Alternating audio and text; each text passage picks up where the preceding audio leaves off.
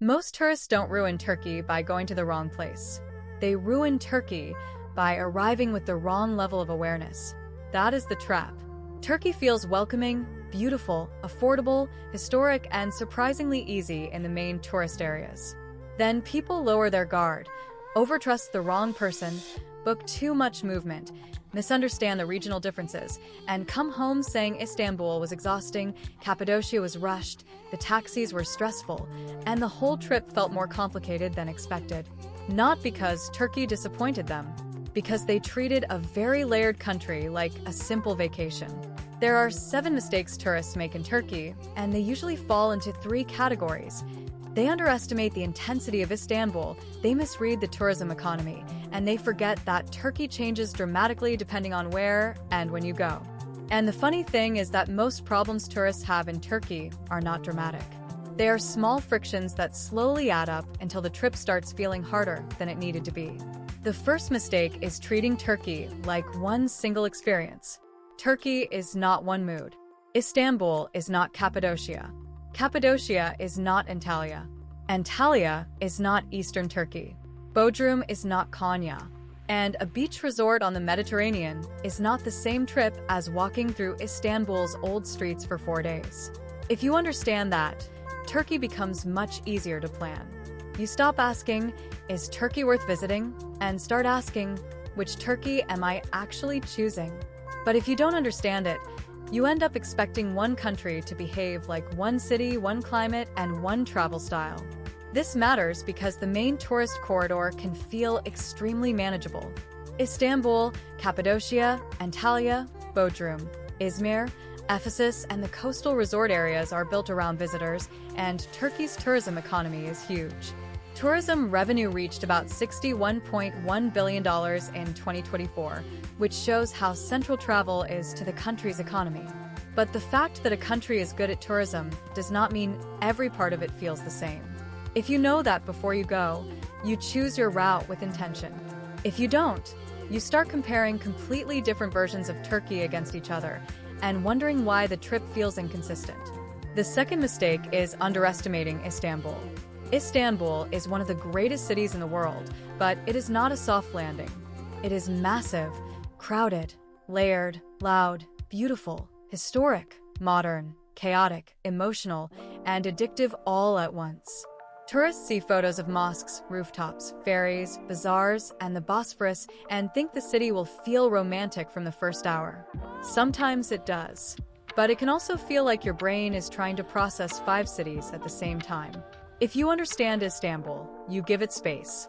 You don't treat Sultanahmet, Galata, Karakoy, Katakoy, Balat, the Bosphorus, and the Grand Bazaar like quick boxes to check before running to Cappadocia. You let the city overwhelm you a little, then you learn how to move through it. If you don't understand Istanbul, you overpack the schedule, spend too much time in traffic, get tired, become impatient, and suddenly every small hassle feels bigger than it really is. The third mistake is assuming friendliness always means help. This is where Turkey gets tricky for tourists. Turkish hospitality can be genuinely warm, and many travelers remember the kindness as one of the best parts of the trip. But in the most tourist-heavy areas, friendliness can also be part of a sales process. Around places like Sultanahmet, Taksim, Istiklal, the Grand Bazaar, and major nightlife zones, an overly enthusiastic stranger is not always just being nice. If you understand that, you can still enjoy the hospitality without becoming naive. You can accept warmth from real people while staying careful with anyone who appears too conveniently at the exact moment you look confused. If you don't understand it, you may end up in a carpet shop you never wanted to visit, a bar with a bill that makes no sense, a restaurant with unclear pricing, or a taxi ride that costs more than it should. The issue is not that Turkey is unfriendly. The issue is that some tourist zones turn friendliness into a business model. The fourth mistake is not taking taxi and pricing problems seriously. This is probably one of the most common frustrations in Istanbul. Many taxis are normal, but tourists frequently report issues like broken meters, long routes, sudden fixed prices, no change, or confusion around payment. Local travel guides also warn visitors to insist on the meter and avoid rides where the driver refuses to use it. If you know this before you arrive, transportation becomes manageable. You use apps when possible, check routes, carry smaller bills, and avoid negotiating from a tired, confused position. If you don't know it, your first impression of Istanbul might become an argument in traffic. And this is where people overcorrect. Some tourists act like every interaction is a scam. Others act like nothing can happen because the city feels exciting and busy. Both reactions make the trip worse. The smart version is simpler. Turkey is usually very rewarding, but in high tourism areas you need calm skepticism. Not paranoia, not hostility, just the ability to say no, walk away, and avoid being rushed into decisions. The first 4 mistakes are about reading Turkey correctly. The next 2 are about protecting the experience from the pressure that tourism itself creates. The 5th mistake is shopping in Turkey without understanding the game. The bazaars, markets, shops, carpets, ceramics, leather goods, spices, lamps, and souvenirs can be part of the fun. But they are not always casual retail experiences. In some places, shopping is theater. Tea appears. A story begins. The special price appears. A little pressure appears. And suddenly a tourist who only wanted to look around feels socially trapped. If you understand that, the experience can be enjoyable. You bargain when bargaining is expected. You compare prices. You walk away when the energy feels wrong. You don't buy something expensive just because someone spent 15 minutes being charming. But if you don't understand it, you confuse politeness with obligation, and that is where Turkey can become expensive in a way you did not plan. The 6th mistake is choosing the wrong season for the wrong version of Turkey. Summer on the coast can be exactly what people want. Beaches, warm nights, resorts, boat trips, and that Mediterranean holiday feeling. But summer in Istanbul can be hot, crowded, and tiring. Cappadocia in winter can be magical, but it can also be cold, and balloon flights depend on weather. Coastal resorts may feel alive in peak summer and much quieter outside the main season. If you know this, Turkey becomes flexible. If you don't, you book one version of Turkey and expect every region to match it. This is why spring and autumn often work so well for many travelers. April, May, September, and October can give you a better balance for cities, history, coastlines, and inland travel. Not always perfect, not always cheap, but often more comfortable than peak summer. The mistake is not visiting Turkey in July or August. The mistake is booking July or August and pretending heat, crowds, and regional differences will not change the trip. The 7th mistake is ignoring the serious regional differences in safety and travel advice. Most tourists are going to Istanbul, Cappadocia, the Aegean coast, the Mediterranean coast, or major archaeological sites. That is very different from traveling near sensitive border regions.